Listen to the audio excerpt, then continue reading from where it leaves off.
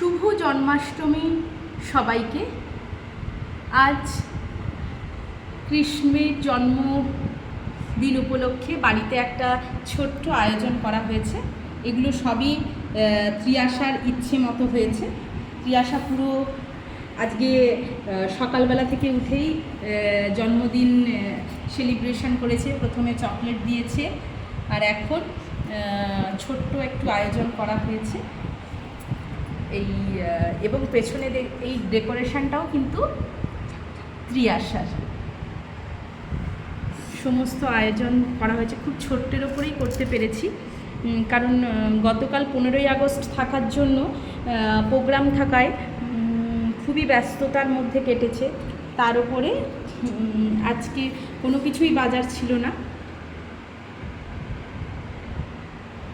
তো হঠাৎ করেই বাজারে গিয়ে কেনাকাটা আর জন্মাষ্টমী পালন।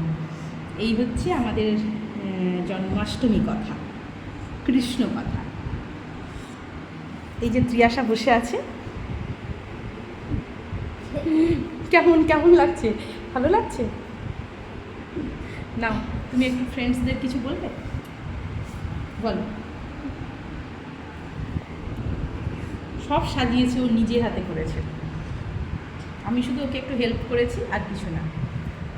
গোপালকে স্নান করানো, গোপালের ড্রেস কেনা, গোপালের গিফট কিনেছে।